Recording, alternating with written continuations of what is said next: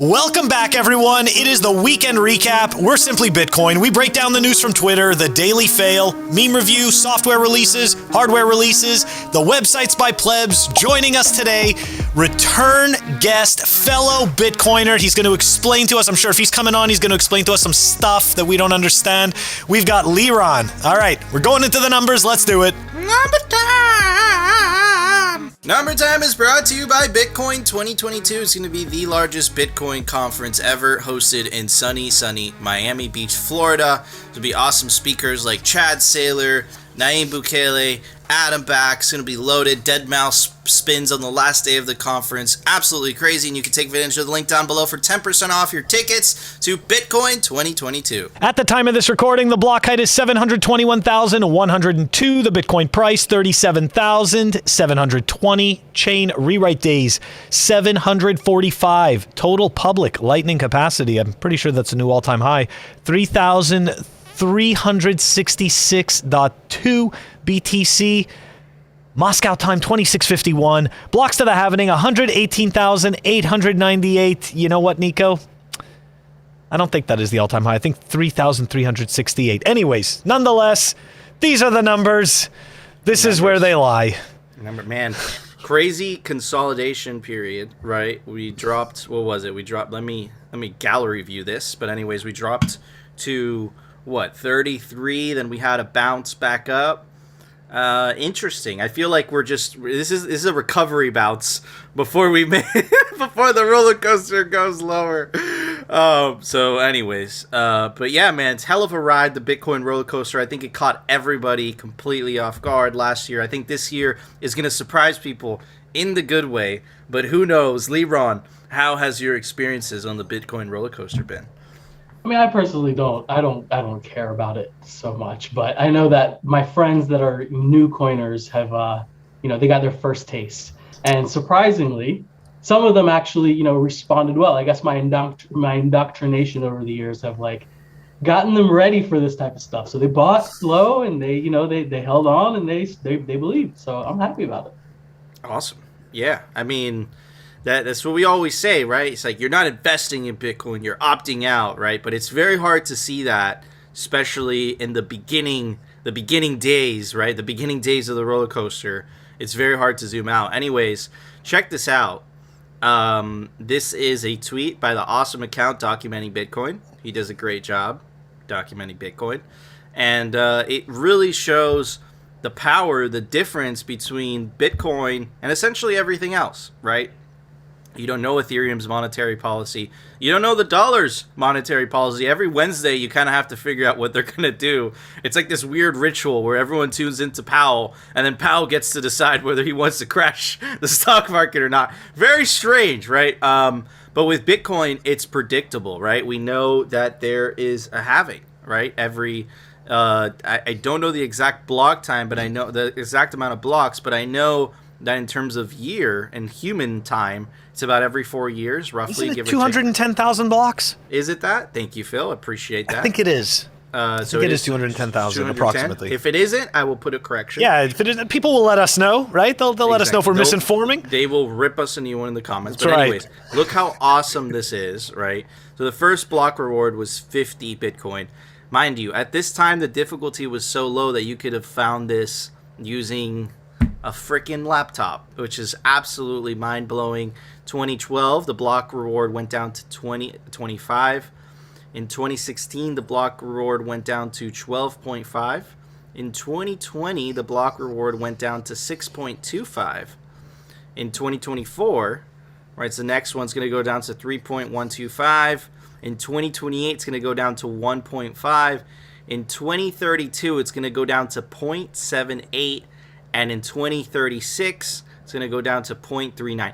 Absolutely mind-boggling. Now, just to kind of give you guys reference, right? So there's a misunderstanding with everybody that essentially the block reward or the amount of Bitcoin mined in terms of fiat value actually goes down.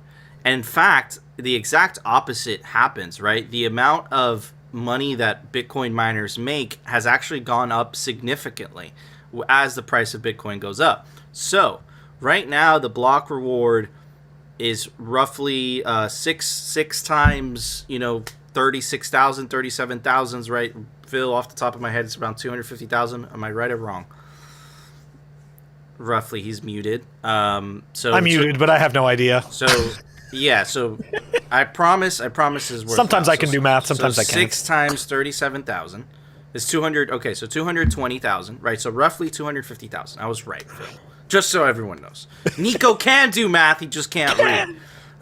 At least I could do something. But anyways, so it's around 250,000. Now, if this holds true, right, that Bitcoin, the rewards are actually going to go up. That means by 2032, that $250,000 reward should be a minimum of 0.78 Bitcoin. A minimum, right? If it holds true, right? Because if the fiat reward, are you guys keeping with me, or am I not making any sense? So right now, the fiat reward is about 250,000, right? In 2032, if that keeps on going, that means that 0.7 in Bitcoin should be at least the same or more than that 250,000. That means that every one Bitcoin, you guys know where I'm going with this. And absolutely. Again, that isn't me speculating. That's just me looking back at the historical data, right? It's just a matter of fact. Even though the amount of Bitcoin rewarded is half roughly every 4 years, or what you said, Phil, 210 blocks, the actual fiat value of that reward goes up, right? So anyways, I know that's bearish to a lot of people that are expecting a much higher price than 250,000 by 2032. I'm myself in that boat, but I think that's like a minimum. I don't know. This isn't speculation either. This is just me. But hold on, pointing something out. That's 250K. That's 250K for 0.78 of a Bitcoin. Correct. So then the price of, if we care about the fiat Kaka price, it's more than 250K at that point. I would say it's significantly more, but on a conservative perspective, because the thing that I didn't incorporate into this spiel that I'm talking about is that the actual reward in Bitcoin mining goes higher, right? So it goes significantly higher. I'm saying if it stayed the same today than it is in 2032, less than a Bitcoin should be 250K. I'm suspecting it's going to be significantly more than that. I just, you start to look at these things for so long and you start to pick up on patterns. Anyways, Phil, what do you think? You may have not meant that be hopium, but it's hopium. Oh, no. Fine. It's hopium. Dude, but I'm not pointing out, I'm not speculating on anything. It's true. Bitcoin miners make more money. Bullish. Bitcoin miners make more money. They make more money year after year. I'm pretty sure that this year they made 5.8 billion, something like that, roughly around that area, right? That's a lot of freaking money, right? So anyways. As you're explaining that, I was just getting more bullish, and I'm like, oh gosh, I know he didn't mean that to be hopium, but it is. I'm like, it looks so good. I'm like, if you read into what those numbers mean, it's simply Bitcoin hopium, right? It's not looking at charts and saying, if all these lines come true, this is where the price is going to go. I'm just showing facts, bro. We could confirm that the next halving is roughly in 2032. Right? Yep. And we can confirm that that's what the reward is. We can confirm that's the reward is. And if we look back in time, right, it's just a fact that the fiat value that miners make every year goes up, right? So, anyways, Leron, what do you think? Are we injecting too much hopium into everybody? I mean, no, I don't think it's too much hopium. I mean, it's hard to really guess the price because there's so many different things that can go into it. But I think even very early on, there was just the idea of the hash rate, the amount of electricity and money effectively that these miners are putting out and what they expect in return for that. And, so I think that plays a big role into that too, because the hash rate's going to continue to go up as well. And they're expecting their reward to make sense for them. Otherwise, they're going to turn off their miners. So I think, I think you have something there. And like you said, It's actually, if you look at the nominal fiat money that has been generated, it's gone up significantly every halving. So absolutely. Well, that was the number section. That was your Simply Bitcoin hopium for the day. But anyways, Phil, it's time for the Daily Fail. The Daily Fail is brought to you by Amber app. Check them out, amber.app. It is a Bitcoin stacking app by actual Bitcoiners. The link is down below. Amber, the smart way to stack sats. All right, figured we would cover this rug pull. This was probably the latest and greatest. Recorded on the 28th of January 2022.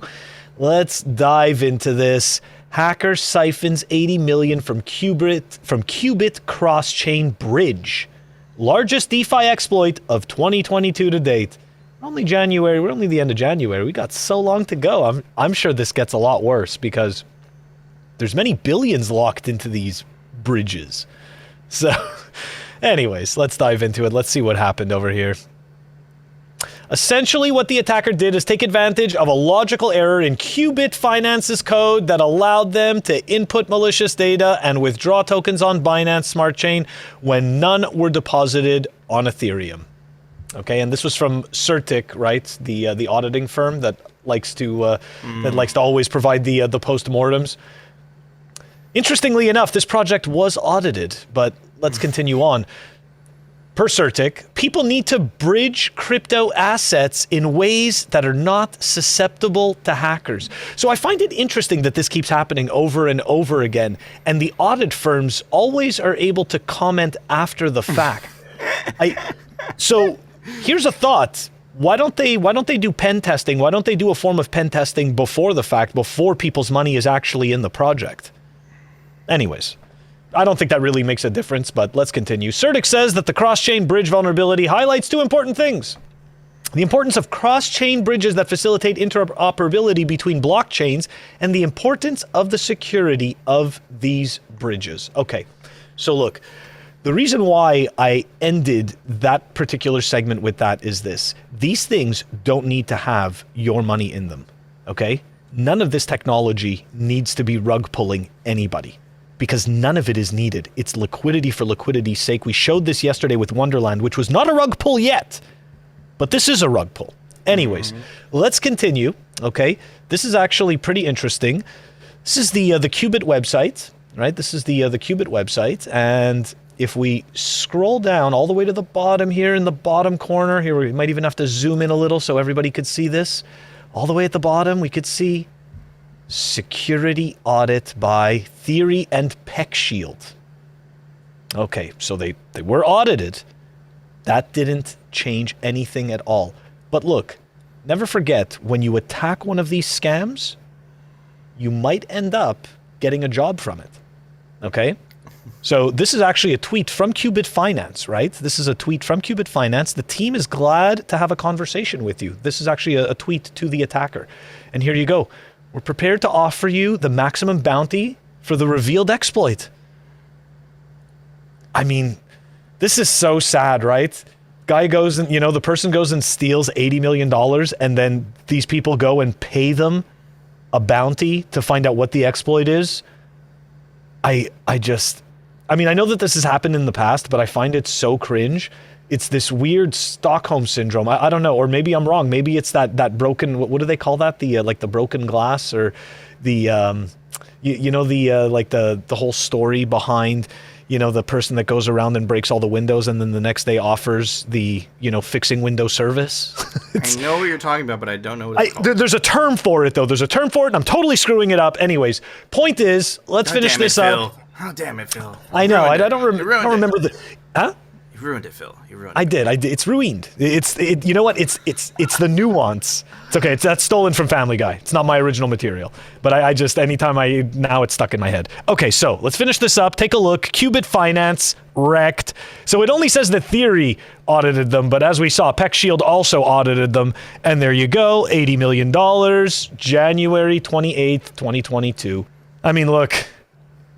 We were 3 days into January. 5 days. Okay, I want to be accurate. We were 5 days into January. We had already read 3 rug pulls to you. Okay, we already read 3 rug pulls. And now We just read to you, quote unquote, the biggest rug pull of the year. And we're only in January. Okay? There's billions of dollars locked up in these liquidity pools. It does absolutely nothing. At some point, there is people or a person that is going to decide that they need that liquidity. Okay? And it's going to be gone. So just, I'm giving the warning. This is what happens. I'm not saying that, definitely it happens to specific project, when and where, but we're already, we've seen already enough of them. We keep reporting on them over and over again. And I think it's only a matter of time. I mean, that liquidity does not stay there forever. Yesterday, we showed a project that had an 82,000 annual percentage yield, which is completely unsustainable. The clock's ticking, TikTok next block. But yeah, so 2 observations, right?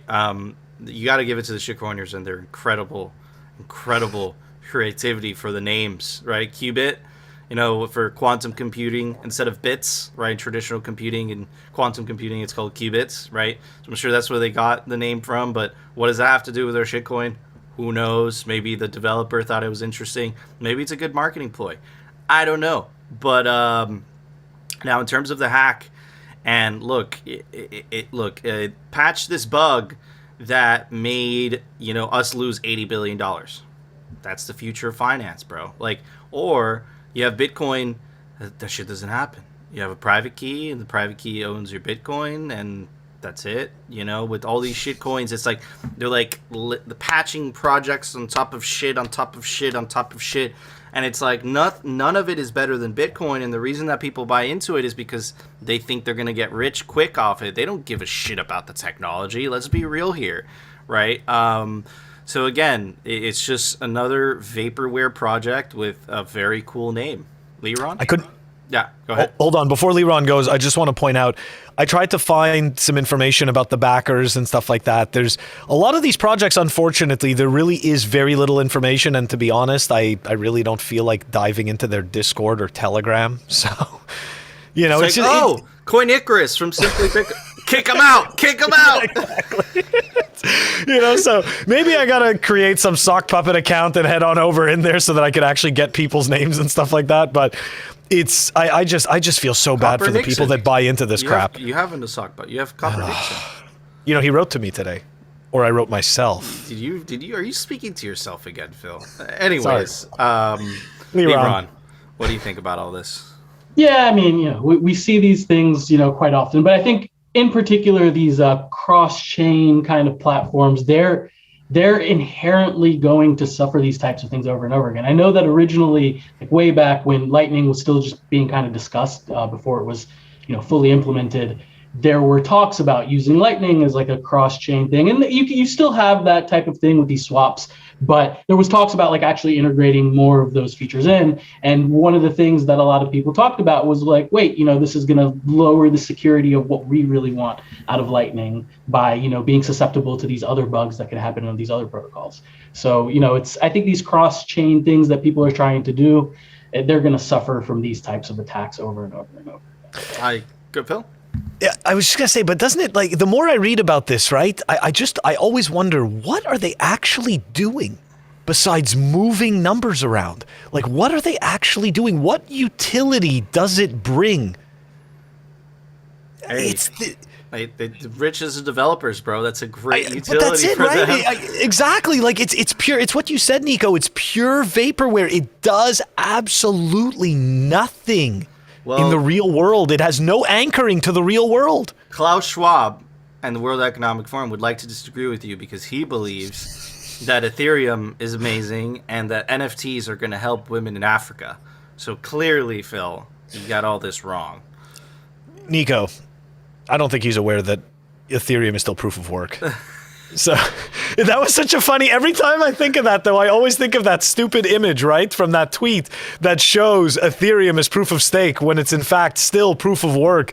and now they've renamed it. I still have to do an episode on their ridiculous renaming scheme and everything like that I've been holding off on. But oh my gosh, The wait worst till part you see this garbage. The worst part about it is that like Bitcoin could actually potentially help these people, but the issue that they have with Bitcoin is they can't make money off of it. They can't control it. They can't grift off of it. So they're not incentivized to promote something like Bitcoin, and they're incentivized to promote scams like Ethereum. But anyways, Phil, it's time for the Daily Meme Review. Daily Meme Review is brought to you by Citadel 21. It's the best Bitcoin cultural zine. It's stories, articles, comics by toxic savage Bitcoiners, and they're scarce. There's only 1,000 copies made per volume. Get your print of Citadel 21 today. All right, everybody. The first meme is brought to us by BTC Paradigm. That's in Finnish. Yeah. Holy shit. It's like a meme story. Yeah, like, look at this word. How do you... Look, this is... Nico can't spell in English. Imagine if Nico was Finnish. He'd be screwed. Anyways, Bitcoin is a fair monetary system. Its rules are the same for everybody. No one has the right to create coins from scratch or dictate the actions of others, unlike in our Euro system, where such divine power is given to the old shamans of today. And here's some aliens. Their entire monetary systems to be based off the decisions of elderly shamans and ceremonies. If you think about what the Fed meeting is, it's like Jerome Powell, like next to a flag, next to a this. He's like, we might raise rates, but we're not going to. Like, dude, that is archaic as fuck. Okay, it really freaking is. Anyways, how primitive. So they haven't invented an energy-based monetary system? No, they have. But they seems to be using to trade shitcoins. This planet has issues. This is a great freaking meme, bro. So well done. Anyways, moving on to this one. I love this template. This is Nick Carter, and look, guys, we've been covering this like crazy. Okay, there's attacks on proof of work. They want it. A lot of communists want to switch to proof of stake. They're advocating for proof of stake. You have a political party in specific countries that are advocating. I mean, they're against Bitcoin because it uses too much energy, but they don't understand that Bitcoin uses surplus energy. Bitcoin uses stranded energy. Bitcoin is actually helpful for green energy because it could actually make it profitable versus how it is today. It only exists because of government subsidies. But they don't want you to know that. Anyways, this is a tweet by Avery Hoddle. They don't know the electrical grid makes wasted surplus. And these are all the NPCs. Highly accurate. Anyways, next meme by Bitcoin Leota. Mind the FUD. The Sun, Mercury. Global energy consumption. Bitcoin energy consumption. Highly awesome. Very, very cool. The Sun is big as fuck. I'm just looking at energy that could potentially become Bitcoin. Anyways, next one is by a tweet by Andre Stacking Sats. All exchanges be like, he owns that address. It's true. It's true. Anyways, next one by Arthur Van Pelt. He's a very good account, completely demolishing the whole BSV CSW narrative. Leaked picture of Bitcoin Satoshi Vision BSV attacker mining rig, and that it's a bunch of potatoes. That's absolutely hilarious. And for that, Phil, I'm going to give it a Screen Mom natural screen cleaner. Yeah. What about you? Wow. Nice. All right. You know what? I'm going to get pretty interesting with this one. I love those memes. And I'm going to give it, okay, these rubber, the rubber feet, right? For like, you know, when you buy a switch or a router or a modem or any one of these devices, you get these rubber feet.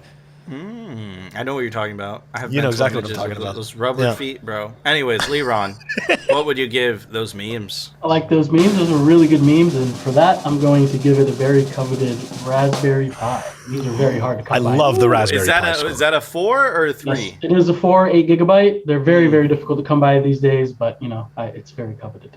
Like awesome. $89 on eBay, man, for just the board. How much are they selling nowadays? $89? Dude, like $80 to $100, yeah. Man, it's nuts, dude. I have 2 extra ones. I'm debating putting them up on eBay just for the sake of it. I have a bunch that I just leave in my desk.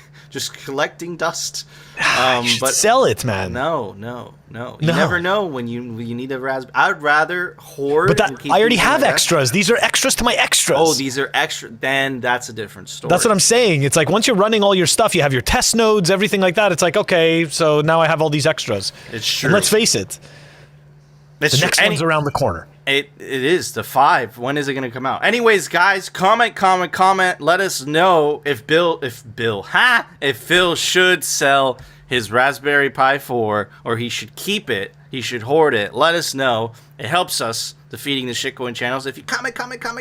And of course, make sure to subscribe to us on alternative video platforms like rumble.com and our personal favorite, bitcointv.com. They don't censor there because it's Bitcoin TV. And make sure to join our Telegram group. Link us some dank Bitcoin memes to review on the Bitcoin meme review. But anyways, Phil, it's time for the Daily News. The Daily News is brought to you by CryptoCloaks.com. They make the best 3D printed Bitcoin merch, like the 3D printed Bitcoin Honey Badger. Opens up, you put your favorite hardware wallet, and it also comes in 3 different sizes. Really cool stuff. And you can take advantage of the link down below for 5% off anything on the store, CryptoCloaks.com. So check this out. We've been covering this diligently, right? And, it first happened, right, where the Trezor snuck in some type of, they like, it's, you could already tell that the presence of government is already trying to infect developers and Bitcoin and shitcoin companies. And this is what we've been talking about. If you've been following this channel, you are very caught up with this. This should not come to you as a surprise. But anyways, again, here's that term, Phil. Remember that term that we keep bashing? The unhosted crypto wallet rule is back. And the reason they use that word is they want to set the tone where unhosted, meaning that you don't have your Bitcoin and shitcoins in custody with somebody. And if it's not in custody, that means the power's in your hands. They want you to give up that power to an institution, because by giving up that power to an institution, they can compromise that institution. It's much easier for the government to compromise a couple institutions than millions and millions of people holding their own wealth, right? So this is about power, make no mistake.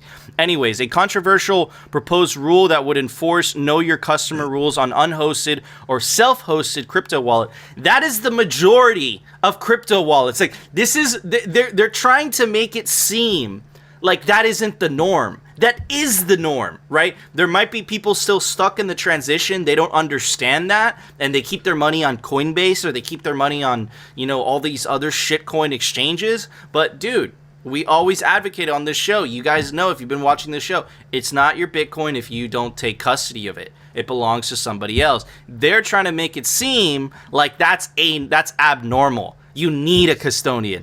No, you don't. Anyways, the rule was first proposed at the end of 2020 by the Financial Crimes Enforcement Network, the U.S. money laundering watchdog. If enacted, crypto exchanges would be required to collect names, home addresses, among other personal details from anyone hoping to transfer Bitcoin and shitcoin to their own private wallets, right? This is exactly what that rule by Trezor allowed them to do. Essentially, what these exchanges would want you to do is to verify that you own that address. But it's not a bank account. If you withdraw that Bitcoin, you could send it to any other address. Or they're gonna. It's like they want to KYC a specific address, but they don't. It doesn't even take into consideration that you could just send. Once it's in your custody, you could send it anywhere. Are they gonna try to KYC every single address that you send it to? Is that the next step? Because if you allow them to set this precedent, that's where it's going. Anyways, industry advocates said that they were concerned that the rules might be impossible, this is what I'm saying, for certain wallets to comply with because they are not controlled by people and therefore are not tied with this personal information. Others were also concerned that the requirement might be overly burdensome for individuals to comply with. I completely agree with that. The rule was driven by then Treasury Secretary Steve Mnuchin rather than the FinCEN itself. The original proposal was published on the Treasury's website. The Treasury Department, which is now overseen by Secretary General, revealed that the rule might be considered in this semi-annual agenda of regulations set to be formally proposed in the Federal Register on January 31st. The agenda outlines priorities for the Treasury Department, but it does not indicate that the rules will for sure be implemented and that they will be implemented as is. Rather, the agenda is a tool that signals things Treasury will work on over the next 6 months. FinCEN is proposing to amend the regulations implementing the Bank Secrecy Act to require banks and money service businesses to submit reports, keep records, and verify the identity of customers. Anyways, if you've been following this channel, right, now you know, and we covered this earlier on this week, now you know why they wanted to change the rules. We covered this earlier on this week, either Monday or Tuesday, but this recently came out. This came out January 26th. And essentially, in a new must-pass bill, the America Competes Act, the Treasury wanted to change the rules to essentially take away that public comment period and give the Treasury from a temporary measure to essentially as long as they deem fit. And the reason they wanted to do that is because when Steve Mnuchin wanted to pass the same thing, the community fought back with vengeance, right? The Treasury website got flooded with so many comments it beat anything else that they tried to pass in the past.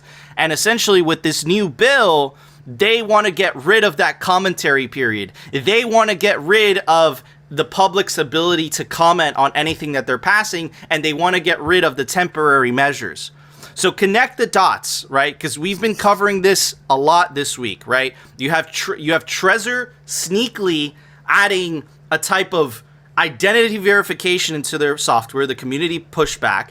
Then you have Treasury bringing back something that was already pushed back by the public. They're bringing it back anyways, right? Clearly, there is a war on self-custody. Clearly. And there's obviously there's governments working together, right? You have Europe doing the same thing. You have the United States doing the same thing. These terms keep coming up.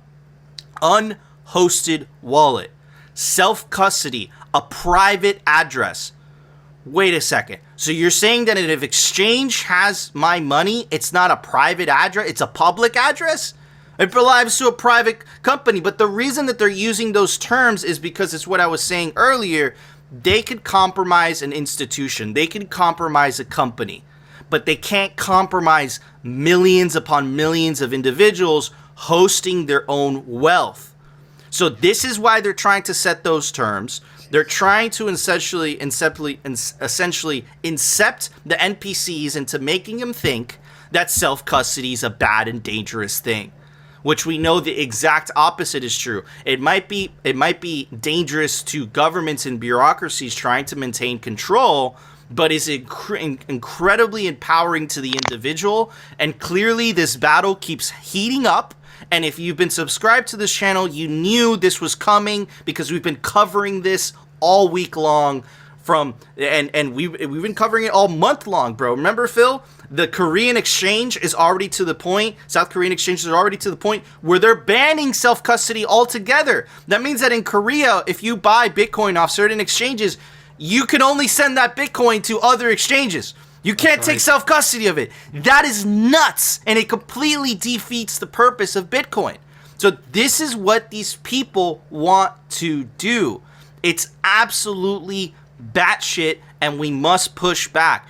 We must push back in terms of the bill, the America Competes Act, and specifically the amendment that gives the Treasury Secretary unchecked power. Cynthia Loomis covered it, right? We read her tweet a couple days ago, and we must push back to this. Again, the Treasury sneaking in this crazy language, essentially potentially going after self-custody. Really scary stuff, but we've been telling you guys it's going to get a lot more bumpier before it gets better. Phil?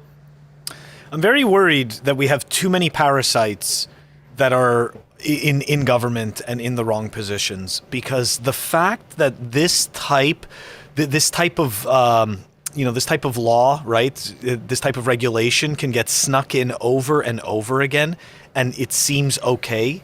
This is scary. Like, it really scares me, right? Like, I don't understand why there's so many enemies of freedom, but at the same time, it just outlines how many parasites we have, right? How many people are literally getting paid to do absolutely nothing but essentially ensure their own well-being while providing absolutely zero value to the system that they're mooching from. And it shows you that it's like, dude, this isn't a democratically controlled government.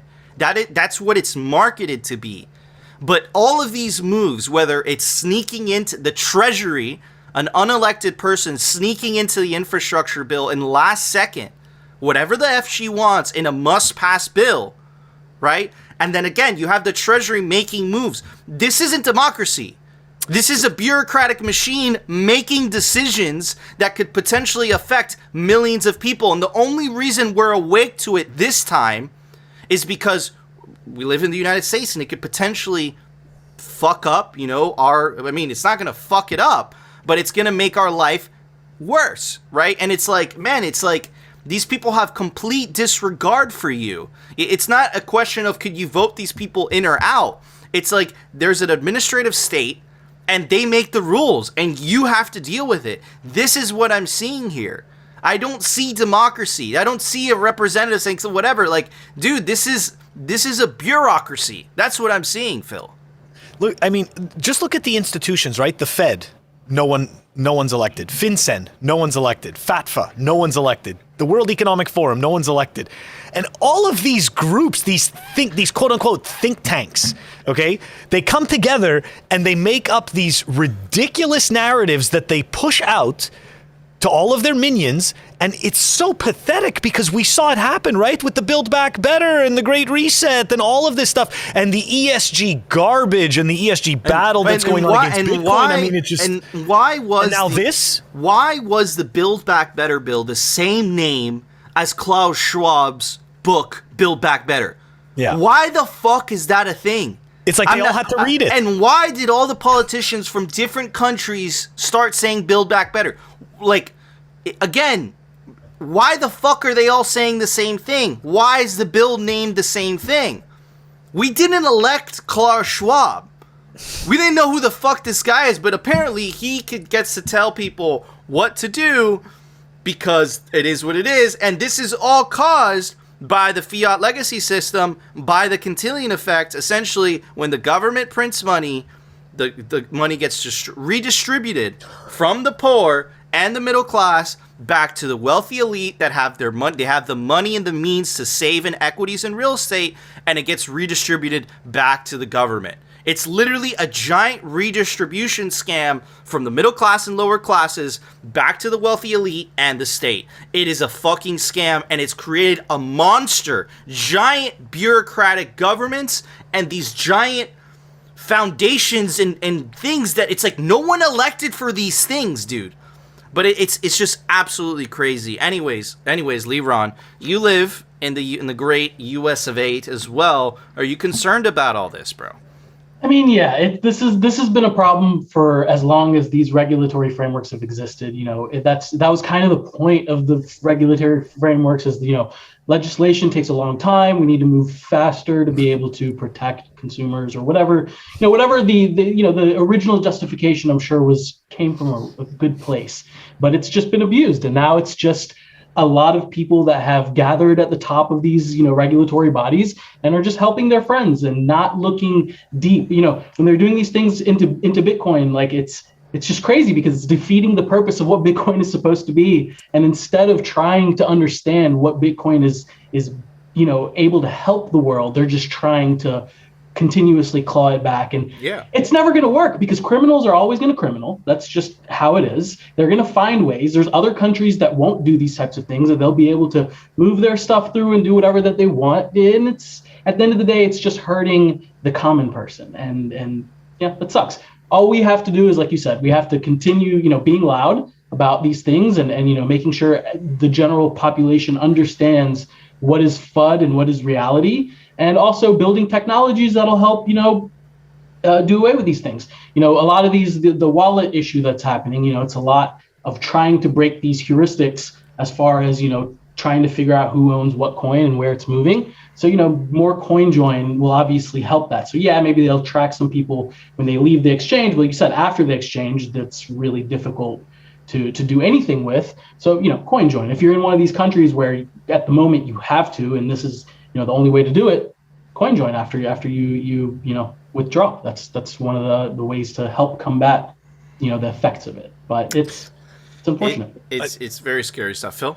I just wanted to say, I think it also allows us a little bit of insight into the way that the government views Bitcoin and what they understand about it, or at least what they're willing to show the public that they understand. They're trying to PayPal it, Phil. They did the Yeah, same. no, the government exactly. did the Absolutely same thing they to are. PayPal. They're trying essentially, But they don't get it. No, they don't get it. They don't understand that they can't regulate this thing. They can't. It's not like PayPal. They could regulate the fiat and the fiat on and off ramps. They could regulate Bitcoin companies, but they cannot regulate Bitcoin. Meaning they can't stop certain transactions. They can't tie identities to addresses. Right. So it's a matter of education. If enough people in the world understand that there's an uncorruptible, unregulatable money that allows them to transact freely and own private property without asking anybody for permission, it changes everything. But if enough people are still stuck in the matrix, they'll happily go along because they don't understand that there's a much better way anyways, right? Anyways, just a thought. Moving on to this next article, which is why we brought Simply Bitcoin's technical correspondent, Liron, to talk about this, explain it at least, right? This was talked about a couple days ago, actually, explaining check template verify, Bitcoin's latest controversial software proposal. Template verify is meant to enable more capabilities on Bitcoin, but its potential activation is a topic of debate among developers. All right, Liron, now that I've read, so everyone kind of knows what we're going to talk about. Not kind of, everyone knows what we're talking about. What is the check template verify proposal? It wants to be included in the next version of Bitcoin Core, or not the next version, but in the next version. Why is it controversial? What does it add to Bitcoin? What's the deal? So CTV is an opcode that will add a form of what's known as covenants to Bitcoin. So what we have right now in Bitcoin, you're able to write these various Bitcoin scripts that can dictate how your UTXO will be spent. So when you put a transaction on the blockchain today, you have things like lock times and these different things that'll say it can only be spent after this much time, or some other like really primitive stuff. But with something like covenants, you can put together more specific rules as to how they're able to spend. And there's a couple of different proposals for it, and a lot of them just kind of go a little bit over my head.